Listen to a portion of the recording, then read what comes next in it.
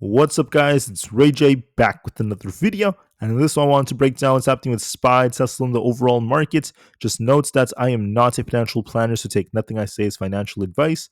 And also, if you guys can, please check out my Moomoo link. If you deposit $100, you're guaranteed 5 free stocks. If you deposit $2,000, you're guaranteed 30 in total, and the offer ends very soon at the end of March. Anyways, we have a bullish setup right now on SPY that's been developing. We have a bullish wedge so far, which could lead to a lot more upside. But I'll break down some key levels and some key things about this before I get into more details. So just know that we had some important data that came out. The ISM services data caused a bit of a dip in the markets, but that was just a liquidity grab because after that, the market started pushing. And you guys could see how impactful this data was. So the ISM services PMI, this was a little bit below expectations, showing some contraction in that sector. Business activity was also a little bit lower. Employment, however, remained solid, so that was quite decent. New orders were a little bit low, and then prices were also a little bit below expectations, which is a good sign for inflation. So some of the data was not so great, looking at the sector contracting a bit, but then some of the other pieces of data were good as we started to see new orders looking not new orders, but prices being relatively low and then employment being strong for that sector. So this tells us that as far as the future goes, we're in a decent place, at least for services prices, at least for now.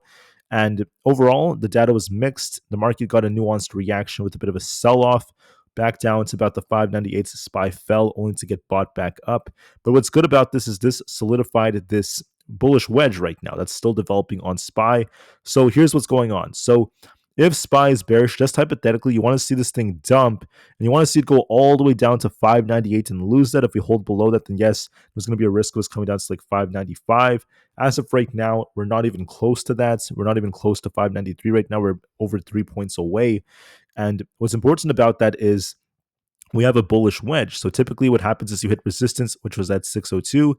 Then you bounce like this, bounce like this, bounce like this, and then eventually you break just like that. And that's what SPY is basically doing right now. So we have a nice wedge so far. If we break 602, SPY is going to take off to about 605, then 608. So far, it's looking more bullish. If we lose 598, I could change my mind. But for now, there's a nice bullish wedge. And so far, this is panning out and it's looking more bullish. We want to see if we can break 602 to remain bullish on SPY, though. On the QQQ, there's a somewhat similar setup. So what's interesting is on the QQQ, okay, we're going to take the lines away. When this thing dumps and when we hit the low 508s, this thing tends to bounce. When this thing hits 530, it tends to reject. But notice the last couple of days, okay? Even with the not so good earnings from Alphabet and AMD, this barely dumped a little bit, then just got bought back up. Notice that this is on an uptrend. We had a low here, it came up, higher low came up, higher low came up. So it's still bouncing very, very nicely. It's still holding up. If we hypothetically lose 521, we could be looking for a dip back down towards 518 and 516. If we break 525, we're looking for an attempt to get back up to 528, then 530. I would argue that the QQQ is holding support well, and this is looking for 525 and higher levels like 528. So far, it's doing a great job, and it looks a bit more bullish. For the Russell 2000, we look a bit more bullish. As long as we don't end up losing 226, we're favoring 230 as our potential target. So overall, I think it's doing a good job, and it looks more bullish. For ES, same setup as SPY, bullish wedge. As long as we don't end up losing 60-20, I think I favor an attempt for 60-60 very soon. Then eventually we have 60-80 and then 6100 as our targets. It does look a bit more bullish. As long as we don't end up losing 60-20 and 6,000 flat, I think we favor upside. Overall, ES is holding up well for now. NQ is also holding up well as long as I don't see this thing lose 21,400. I think we're favoring 21,700 as a target, so it's doing a good job. For Bitcoin, it's on a bit of a downtrend here. We're going to be looking to see if we could try to hold 95,000 or not. It could be dipping a little bit lower, so it's still a little bit lackluster, so just keep that in mind. Now, what is helping the markets is Nvda. This thing is breaking out right now. As long as it's above 121, I think we're favoring 125 as a target. 125 to 126.7 are 50 EMA. Nvidia is looking bullish. I said this in my morning video, so it's doing a good job. Tesla, however, is a little bit lackluster because their sales were not the best, and there's been some fears about the Chinese tariffs. China has been threatening retaliatory tariffs on EVs, especially the larger trucks. So not the best of news, at least so far. Now, despite that news, Tesla's barely holding the support near 380. I want to see it hold 380 to try to bounce for 386. If we lose 380, we will turn back down. As long as we're above 380, we have the potential to bounce back up. So we'll see, guys. Tesla's still a little bit lackluster, so just keep that in mind with all the negative news coming out involving their sales declining in Europe and the USA for the month of January. But just keep in mind, it's just 1 month, guys, and lots of these buyers could be waiting for the Model Y refresh. So this isn't necessarily that bad. I'm not too scared.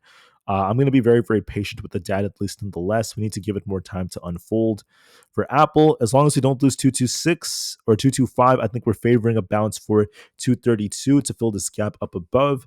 So watch and see if it can hold 230. If it doesn't hold, we're looking for essentially 225-ish. As long as we don't lose that, I think we favor a bounce for 232. So we're looking pretty good on Apple. For others like AMD, it's trying to rebound here. I want to see if this could try to reclaim 113 to bounce. If it can't do that, we're looking for 110 as our first resistance.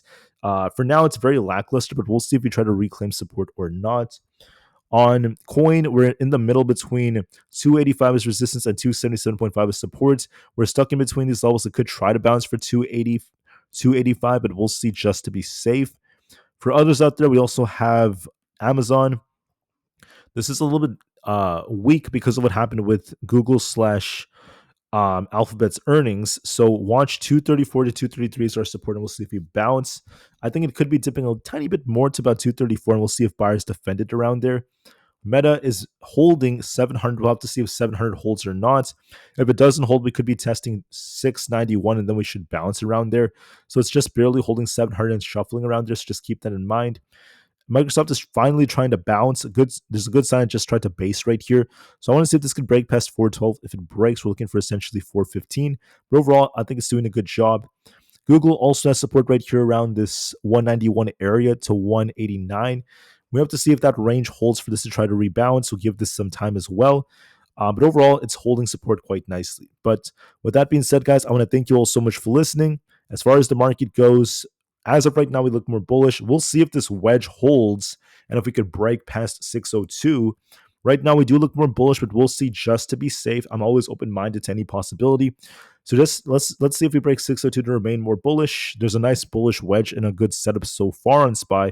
Let's hope this holds. And as of right now, the charts do favor upside a bit more, especially thanks to like Nvda, which is trying to push.